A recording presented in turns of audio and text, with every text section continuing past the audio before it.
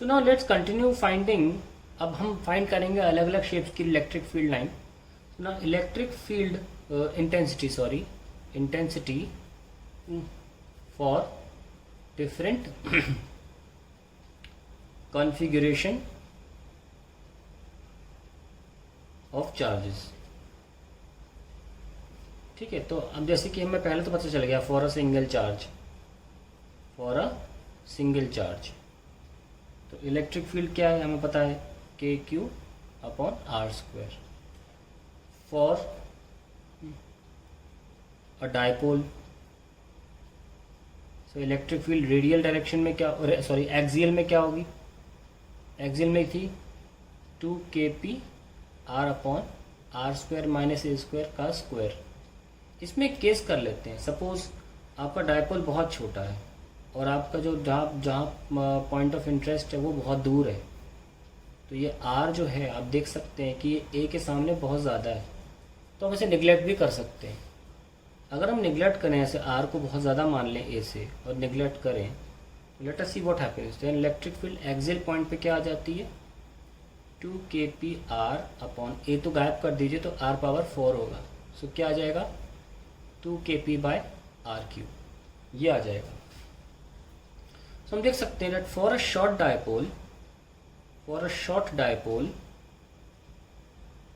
Electric field is proportional to 1 by r cube, जो कि normal trend से अलग है, यहाँ आर स्क्वायर है।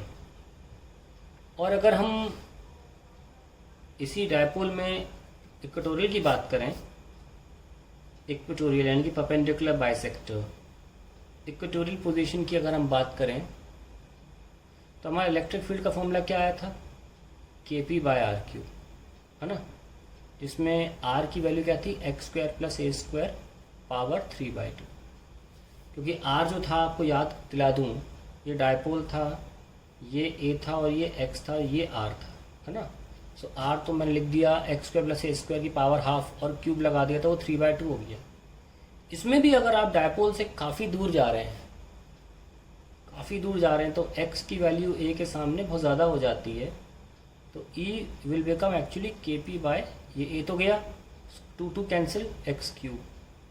तो फिर से सेंटर से जो दूरी है, यहाँ से भी सेंटर से दूरी रेडियल, मतलब सॉरी बाबा रेडियल को बोल रहा हूँ, एक्सियल, और यहाँ से सेंटर से दूरी परपेंडिकुलर एक्सेट्रा, दोनों केस में प्रोपोर्शनैलिटी 1 बाय आर क्यूब आ रही है। पर एक इम्पॉर्टेंट बात यह है कि एक्सियल पे जो वैल्यू है वो 2 गुनी है इसके परपेंडिकुलर बाइसेक्टर के। तो हम ये लिख लेते हैं अलग से, इम्पॉर्टेंट है ये पॉइंट कि E axial upon E equatorial is 2:1, ये इम्पॉर्टेंट है। अब बात करते हैं कि इसी में कि what is the electric field at the midpoint of the dipole। अब जैसे कि हम जरा एक्सियल का फॉर्मूला लिखते हैं, 2kp r upon are square minus a square का स्क्वायर। अब आप क्या करें, इसमें r को आप 0 रख दें, क्योंकि अगर आप डायपोल की बात कर रहे हैं प्लस क्यू और ये माइनस क्यू, और पॉइंट ऑफ इंटरेस्ट एक्सियल पे मान लो यहाँ है, हम तो सेंटर पे ले रहे हैं पॉइंट ऑफ इंटरेस्ट, तो यहाँ से r की वैल्यू गिनी जाती है, हम सेंटर पे ले रहे हैं, तो r को 0 रखते ही हमारा आंसर तो 0 आ गया। पर इलेक्ट्रिक फील्ड तो 0 होती नहीं है mid point of the dipole पे, कहीं भी नहीं होती इनफैक्ट, इसलिए ये वाला फॉर्मूला कभी लगाना नहीं, एक्सियल गलत आंसर देता है। आप चाहो तो इक्वेटोरियल लगा सकते हो, उसमें फॉर्मूला कहता है kp बाय आर क्यूब, और उसमें आप kp और r को खोल सकते हैं, x square plus A square power 3/2। अब डायपोल को देखिए, यहाँ पे पॉइंट है, ये x होता है ना, तो अगर वापस नीचे आना है इस पॉइंट पे तो x की वैल्यू 0 होगी। यहाँ x को 0 रखने पर क्या प्राप्त होता है हमको, a cube into A square into 3/2 की, x तो 0 कर दिया ना, तो हमें इक्वेटोरियल पे फाइनली हमें एक्चुअल आंसर मिल जाता है कि kp by A cube is the answer. और अगर आपको एक नॉर्मल तरीके से फाइंड करना है तो भी कर सकते हैं, ये प्लस क्यू है, ये माइनस क्यू है, और सेंटर पे क्यू नॉट रख दिया, तो ये ए है और ये भी ए है, तो राइट वाले की वजह से जो लेफ्ट में है, सॉरी, तो लेफ्ट में चार्ज है उसकी वजह से फॉर्मूला है के क्यू, इसकी इलेक्ट्रिक फील्ड है यहाँ पे बाय ए स्क्वायर। ओके, और जो राइट में है ये वाला चार्ज राइट में, उसके लिए भी यही आएगा के क्यू बाई ए स्क्वायर, क्योंकि आफ्टर ऑल क्यू क्यू बराबर, और दोनों की दिशा भी एक है क्योंकि ये प्लस क्यू रिपेल करेगा और माइनस क्यू बुलाएगा, दोनों की एक ही दिशा है ना। ये भी तुम्हारा इधर की तरफ है, ये भी इधर की तरफ है, तो हम दोनों ऐड कर सकते हैं। नेट ई ऐड करें क्या मिलेगा, के Q by A square plus के क्यू बाई ए स्क्वायर, हमको मिला के Q by A square 2 times. अगर हम ए से मल्टीप्लाई और ए से डिवाइड कर दें तो हमको के into 2a that is P और ए क्यू, तो हमें ऐसे भी मिल जाता है। हालांकि पेपर में कभी भी कोई पूछे तो आप इसे ऐसे भी बता सकते हैं 2k³ बाई ए स्क्वायर, तो ज़रूरी नहीं हमेशा रिड्यूस किया जाए, पी बनाया जाए। नहीं बना रहे कोई बात नहीं, लेकिन हम आपको कंपेयर कर रहे हैं कि देखो उससे भी आ सकता है। तो ये ध्यान रखें कि ई मिडिल में जो डायपोल की वैल्यू आती है इलेक्ट्रिक फील्ड की kp बाई ए क्यू, वो एक्चुअली मैक्सिमम होती है, इससे ज़्यादा कहीं और नहीं हो सकती। Now let's talk about an important topic called charge densities. Now there are 3 types of charge densities. पहली है linear charge density, इसको हम लैम्डा से दिखाते हैं और ये होता क्यू बाई एल है। जैसे कि मान लीजिए आपके पास लेंथ पे चार्ज है, तो इस पूरा मिला के चार्ज क्या है Q, और this total is Q and this length is L। Okay, तो उसको हम कैसे लिखते हैं, कूलम पर मीटर ना। इन डिफरेंशियल फॉर्म लिखना बहुत ज़रूरी है, ये काम आता है बहुत। इन differential form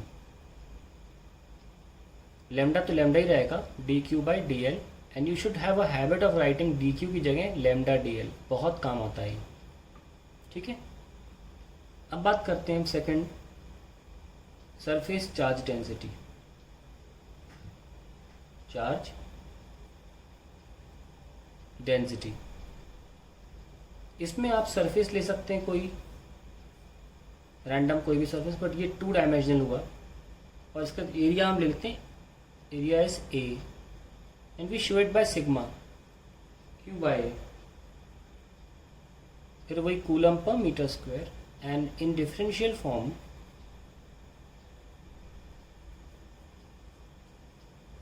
dq is sigma TA। अब हम बात करते हैं तीसरा, वॉल्यूम चार्ज डेंसिटी।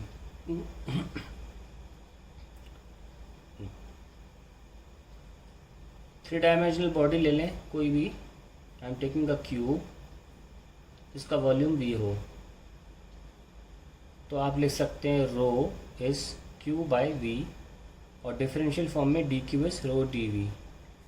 ध्यान रखें D Q rho D V है, rho D Q by D V, ज़्यादा काम नहीं आता, तो मैं इसकी जानबूझ के ऐसे लिख रहा हूँ। आप कहोगे बहुत बड़ी बात तो करनी थी, क्रॉस मल्टीप्लाई तो किया है।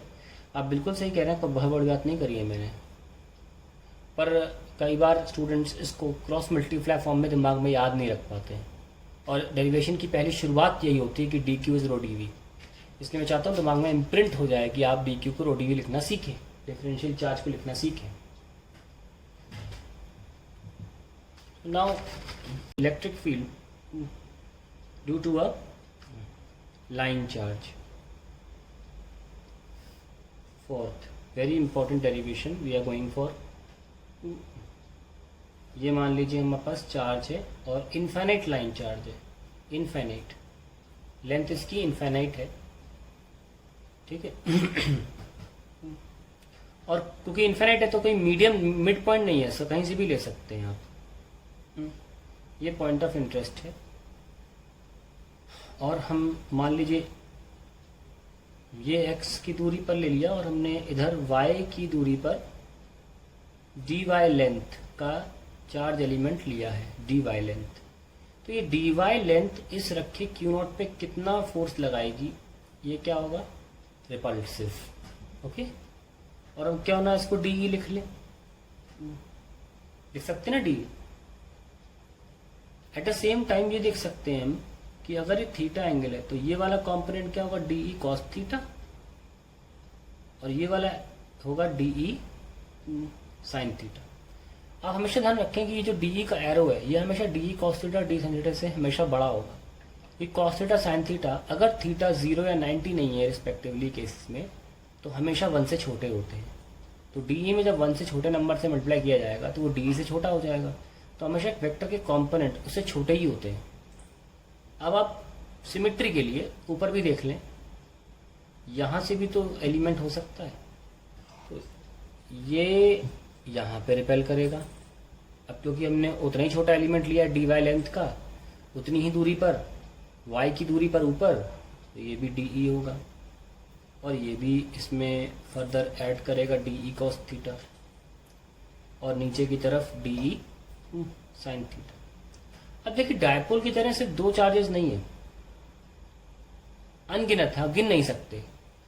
और जब अनगिनत डिफरेंशियल क्वांटिटी को ऐड करते हैं, D E cos theta plus D E cos theta plus D E cos theta and so on, तो ये इंटीग्रेशन से सॉल्व होता है। समेशन जब इनफाइनाइट वैल्यूज का होता है, वो भी डिफरेंशियल क्वांटिटीज का, तो हमें इंटीग्रेशन को लाना पड़ता है। ठीक है, also we have to write that d e sine theta component cancels out. So ultimately d e net क्या हुआ, बहुत सारे ना, तो हम क्यों ना ई नेट लिखें इसे। ई नेट हुआ integration of D E cos theta. ये हमारे लिए इंपॉर्टेंट एक्सप्रेशन आ गया। अब हम बात करते हैं ई नेट को फर्दर सॉल्व करते हैं। जरा डी ई को लिखो। ई क्या होता है पहले देखो, ई एक्चुअली क्या था, ये भूल ना जाना, के क्यू बाय जहां से भी चार्ज ले रहे हो डिस्टेंस, तो अगर इसको एक्स लिया वाई ले, क्यों ना हम इसे आर ले लें, आर स्क्वायर। तो ये डी ई किसकी वजह से था, कोई डिस्टेंस तो छोटी नहीं थी, ये दूरी तो काफी बड़ी है, ये चार्ज की वजह से डी ई हुआ। तो यहाँ पे इलेक्ट्रिक फील्ड अगर डी ई लिखोगे तो चार्ज में डी क्यू आ जाएगा, क्योंकि चार्ज हमने छोटा लिया था, है ना।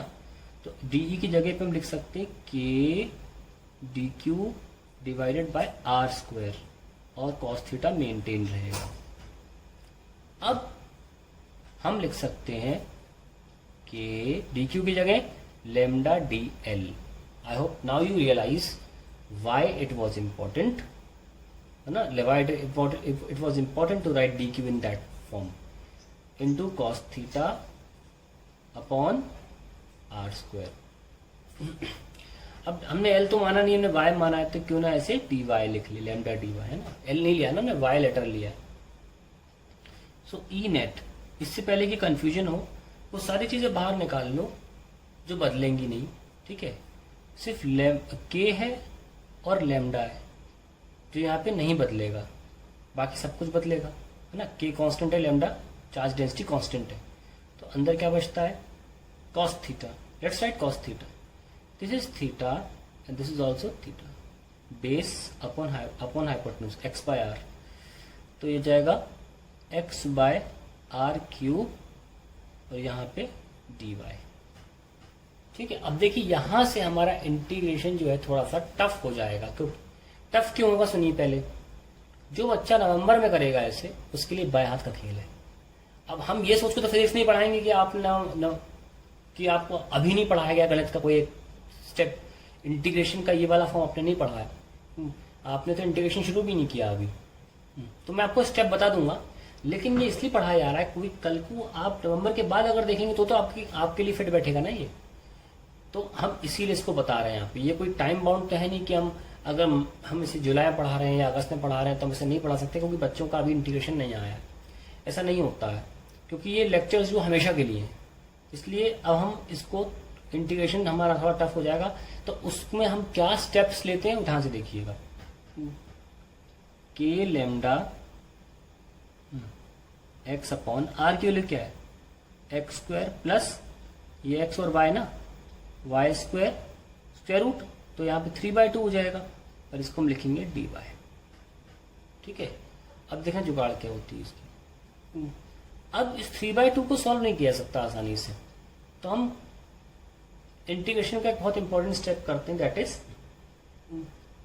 हम मान लेते हैं किसी एक वैल्यू को, y को मान लेते हैं x tan थीटा के बराबर। ये फिक्स्ड लेट्स हैं कि लेट यही करना है जब भी आपका एक्स स्क्वायर प्लस सम देखो x तो कांस्टेंट है ना, यहाँ पे x तो फिक्स्ड है। जब भी कांस्टेंट का स्क्वायर प्लस वेरिएबल का स्क्वायर होता है प्लस, तो हमेशा वेरिएबल को x tan थीटा ही लिया जाता है। पता है क्यों? क्योंकि ये स्क्वायर रूट से बाहर निकाल देगा इसको। अभी देखना कैसे होगा। So now we have an expression of E is equals to k lambda x upon are cube dy, और हमने r को क्या लिख दिया था, x square plus y square power 1/2। R cube क्या हो जाएगा, x square plus y square power 3/2। यहाँ पे एक इम्पॉर्टेंट स्टेप सामने आता है।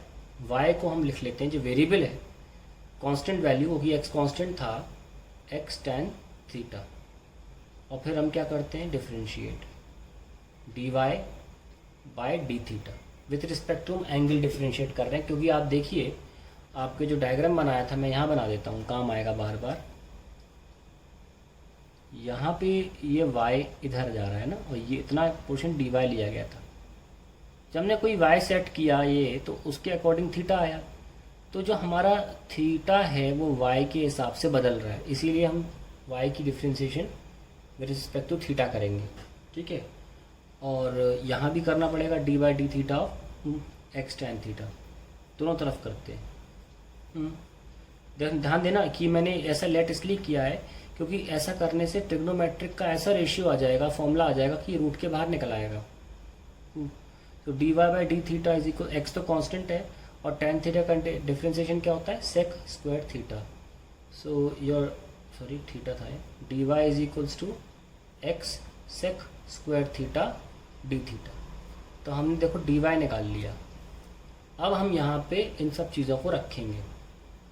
तो इलेक्ट्रिक फील्ड क्या आ गई, के लैम्डा, एक्स की जगह एक्स रखे रहने दीजिए, और डी वाई की जगह रखिए x sec square theta D theta divided by क्या वैल्यू आर की, x square plus y square ना, वाई स्क्वायर की जगह रखिए x square tan theta, x square tan square theta power 3/2। ठीक है, अब आगे बढ़ाते हैं वैल्यू को, के लैम्डा, यहाँ से देखिए एक्स स्क्वायर आ रहा है, sec square theta D theta, और यहाँ से एक्स स्क्वायर कॉमन ले लें। कॉमन लेते ही 2 से 2 कैंसिल हो जाएगा, तो कुछ भी नहीं बचेगा। जैसे अभी नहीं कर लेता हूँ, चलो ठीक है, x square 1 plus ten square theta 3/2। अभी नहीं किया मैंने, ठीक है, पूरे पर है स्क्वायर। ठीक है, 3/2 पूरे पर है, तो क्या बचता है, के लैम्डा, ये 2 से अब 2 काट दें, काट दिया, क्यूब तो बच गया ना, तो लिखेंगे x square sec square theta D theta upon x cube. ठीक है, फिर देखा तो यहाँ पे एक्स स्क्वायर की पावर अगर 3/2 होगी तो क्या बचेगा, एक्स क्यूब ही तो बचेगा, एक्स क्यूब बच गया। और 1 प्लस टेन स्क्वायर थीटा क्या होता है, सेक स्क्वायर थीटा, तो सेक स्क्वायर थीटा की पावर 3/2 होगी तो क्या बचेगा, sec cube theta, sec cube theta. ठीक है, अब क्या बच रहा है, के लैम्डा, ये कैंसिल हो गया, और ये तो खैर हमारा कांस्टेंट है तो ये बाहर भी आ सकता है ना। एक्स स्क्वायर को क्यूब ने काट दिया, एक एक्स बच गया, और यहाँ पे ये बाहर नहीं आ सकता क्योंकि ये बदल रहा है, सिर्फ कॉस थीटा बच रहा है और डी थीटा। तो अब हमारी इलेक्ट्रिक फील्ड इस मुकाम तक पहुँच गई। ठीक है, अब हम आगे बढ़ाते हैं इसको, एक स्टेप और बचा है बस, और हमारा आंसर आ जाएगा। So we have electric field is equals to k lambda by x integration of cos theta d theta minus कौन से एंगल से, π/2 से प्लस π/2, यही तो होगा, देख लो। अगर आप इन्फिनिटी पे जाओगे तो ये एंगल कितना ले जाओगे, एक दिन 90 आ जाएगा, इसलिए जब इन्फिनिटी पे जाएंगे तो हमारा एंगल -π/2 से +π/2 होगा। ठीक है, so so let's write K lambda by X cos theta का होता है integration sine theta minus pi by 2 से plus pi by 2. So we have K lambda by X sine upper limit pi by 2 minus sine lower limit minus pi by 2 and this is bracket closed. K lambda by X sine 91 minus minus 1 क्या आया 2 के lambda by x. ये क्या होता है, इसे बोलते हैं deriving electric field intensity for a linear charge without using Gauss theorem. ऐसे एग्जाम में आता है, एनसीईआरटी क्वेश्चन भी है और ये इतना ही लंबा है. लेकिन आपको बता दूं मैं, जिस दिन आप इस तरीके का इंटीग्रेशन सीख लेंगे आप रियलाइज़ करेंगे कि ये कुछ भी नहीं है. ये आपको बड़ा इसलिए लग सकता है क्योंकि आपको ये वाली इंटीग्रेशन आती नहीं है और ये मुश्किल से 5-6 एक्सरसाइज करेंगे आप एनसीईआरटी से इंटीग्रेशन की. जब से वो चालू होगा बिल्कुल इनिशियल स्टेज का है इंटीग्रेशन ये, ठीक है. मतलब आपको जैसे ये टर्म दिखेगा ना, आपको अंदर से ऐसी आ जाएगा ये तो हो जाएगा मुझसे. ये आपकी प्रॉब्लम सिर्फ इसीलिए है, अभी अगर देख के लग रहा है, सिर्फ इसके कारण यही है कि आपने इंटीग्रेशन का फॉर्म नहीं पढ़ा. तो अगर आप इस डेरिवेशन अभी के लिए स्किप करना चाहते हैं, या रहने दो रिवाइज नहीं करूंगा मैं, आप कर दीजिए, कोई इशू नहीं है, ठीक है ना. लेकिन अभी फॉर द सिलेबस पोर्शन या फॉर द अंडरस्टैंडिंग ये डालना ज़रूरी है. ऐसा नहीं है कि आपने मैथ्स पढ़ ली अब आओ तुम्हें फिजिक्स पढ़ाएं, ऐसा नहीं है. तो आई होप मैंने इसे बहुत स्लोली किया था. कैसे आप लेट करते हैं, क्यों लेट करते हैं देख लीजिए. अब आपको मैं हल्का सा एक आइडिया देता हूँ. अगर मान लीजिए जैसे आपको क्या लिखा है, sine square theta plus cos square theta क्या 1 होता है ना इंटीग्रेशन में. तो साइन स्क्वायर थीटा क्या हुआ 1 माइनस कॉस स्क्वायर थीटा, और ऐसी सेक स्क्वायर थीटा क्या था 1 प्लस टेन स्क्वायर थीटा. तो इसमें क्या है कि आपको जब भी मान लीजिए इंटीग्रेशन में मान लो नीचे अगर ऐसा होता ना क्या था x square minus y square ऐसा कुछ होता 3/2, तो वाई को आप बताएं क्या पुट करते, एक्स साइन थीटा पुट करते. हमारा उद्देश्य ये होता कि हमें रूप से निकालना है. अब आपको धीरे धीरे क्लियर हो गया हो कि ये कोई बहुत बड़ी बात नहीं है. ये सेट तरीके होते हैं इंटीग्रेशन को सॉल्व करने के कि आपका नीचे जो 3/2 है वो 3/2 की जगह कुछ ये रैशनल ये जो डिवाइड वाली पावर की जगह नॉर्मल होल नंबर में आ जाए तो इंटीग्रेशन आसान हो जाएगा बस, और बड़ी बात नहीं है. तो हमारा ये तो ख़त्म हो गया integration, sorry electric field find करना फॉर अ लाइन चार्ज. ये आपके एनसीईआरटी में पीछे क्वेश्चन भी है इसलिए मैंने कर दिया यहाँ पे. वैसे तो और बहुत से डेरिवेशंस हैं जो हमें कूलम्स लॉ से सीखने चाहिए. ये कूलम्स लॉ से किया है मैंने, गॉस थ्योरम से हम इसलिए करते हैं कि वो चीज़ें आसान हो जाती हैं. लेकिन मैंने कूलम्स लॉ से किया है क्योंकि ये क्वेश्चन पीछे एनसीईआरटी में derive the equation using not without using Gauss theorem. तो अब हम इसको फर्दर नहीं करेंगे, लेकिन किसी को अगर देखना हो तो मैं इसे जब चैप्टर खत्म हो जाएगा, यूनिट खत्म हो जाएगा, तो मैं 10-12 ऐसे डेरिवेशंस हैं जो गॉस थ्योरम की जगह कूलम्स लॉ से करूँगा. तो 10-12 आई थिंक 5-6 काफ़ी रहेंगे. तब आप देख लीजिएगा, अभी हम सिलेबस धीमा हो जाएगा और अभी उनकी ज़रूरत भी नहीं है. तो अब हम ये कर चुके हैं. अब आइए आगे बढ़ते हैं. Electric field due to a ring charged. तो ये रिंग कैसी है, ये ऐसी है, ये पूरी चार्ज्ड है और हम इसके एक्सिस पे निकालना चाहते हैं, है ना. यहाँ पे कहीं इसके निकालना चाहते हैं इलेक्ट्रिक फील्ड. तो यहाँ पे क्यू नॉट रखा गया होगा, तो एक छोटा सा पोर्शन हम यहाँ पे डी क्यू ले लेते हैं. ये यहाँ जाएगा, ओके.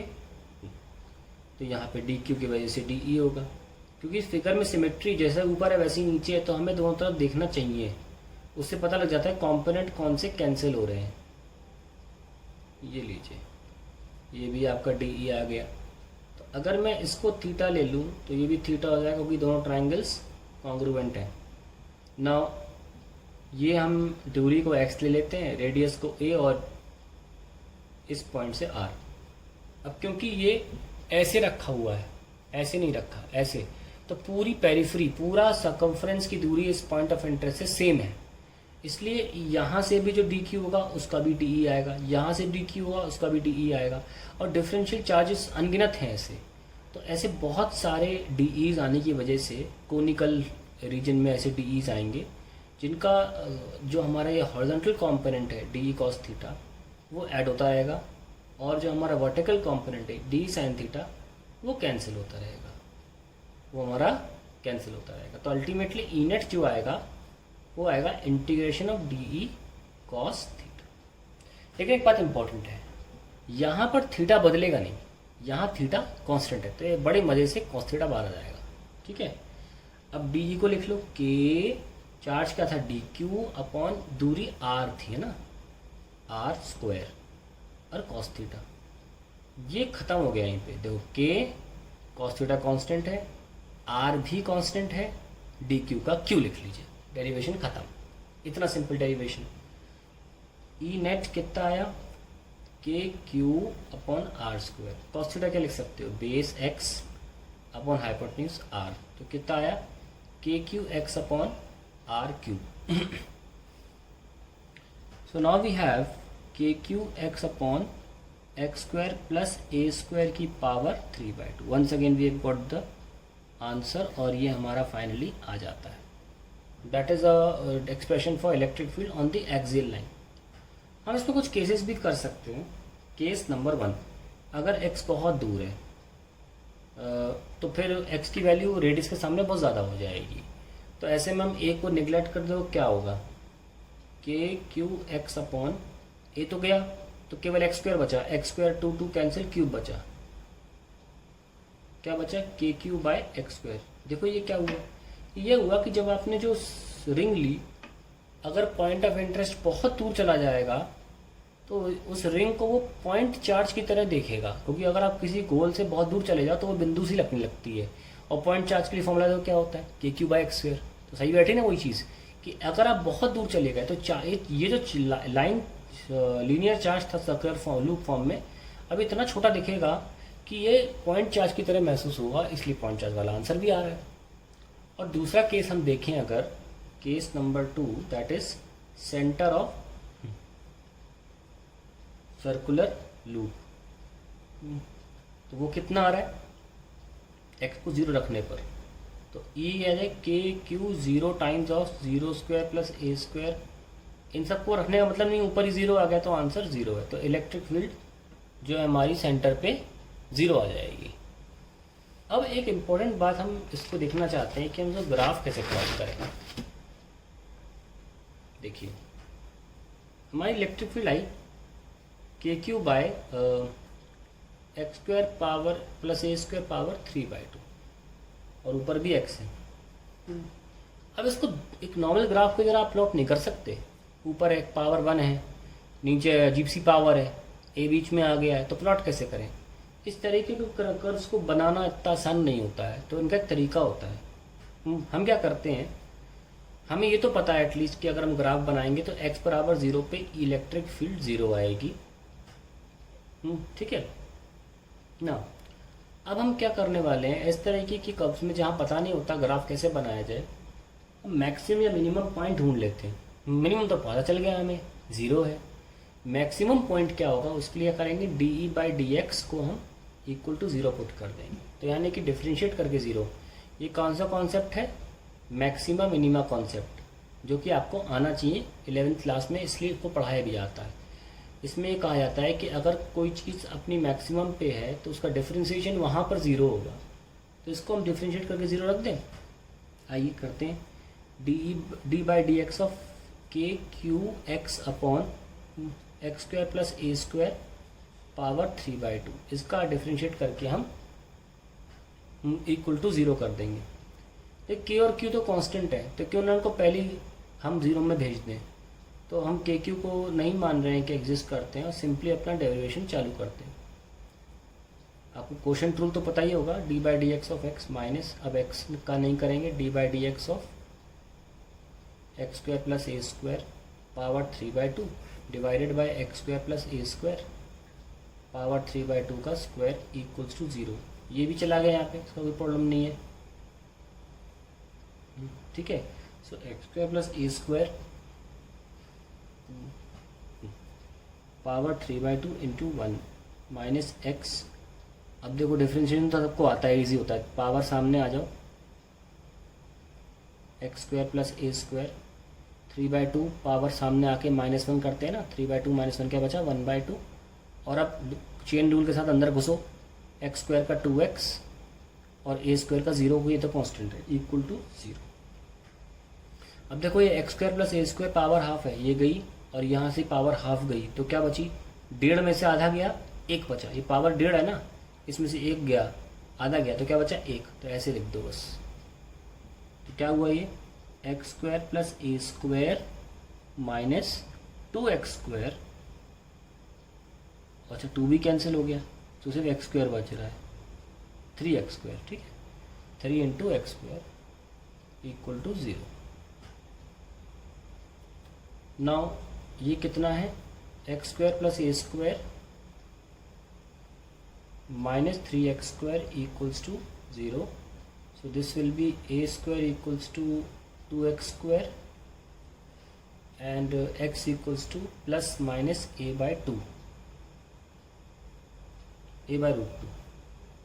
तो ये हमारा वैल्यू आ जाती है जहाँ पर हमारी e की वैल्यू मैक्सिमम होगी, यानी कि रेडियस डिवाइडेड बाय √2। और ध्यान रखें 1/√2 0.7 के आसपास आता है, 0.707 होता है, मैं 0.7 ले लेता हूँ, 0.7a रेडियस का 0.7। तो अब इसे प्लॉट करें, आइए देखते हैं। तो अगर मान लीजिए हमारा ये कुछ वैल्यू है, यहाँ पे हम इलेक्ट्रिक फील्ड मार्क करेंगे ऐसे यहाँ पे और यहाँ पे x, तो 0 पे तो इलेक्ट्रिक फील्ड 0 है। और मान लीजिए x की वैल्यू a यहाँ पर है और माइनस a यहाँ पर है, तो आधा यहाँ पे होगा, 0.7 कहीं यहाँ होगा, तो यहाँ पर वैल्यू होती है मैक्सिमम। ठीक है, और फिर वहाँ से मैक्सिमम के बाद तो घटेगी ना, अगर और मैक्सिमम होती तो यहाँ थोड़ी ना होती। ऐसे यहाँ पे भी ई मैक्स, तो ई मैक्स यहाँ होगा, तो घटना भी है, तो ऐसे आप बना सकते हैं, ऐसे इस तरीके से ग्राफ बनता है।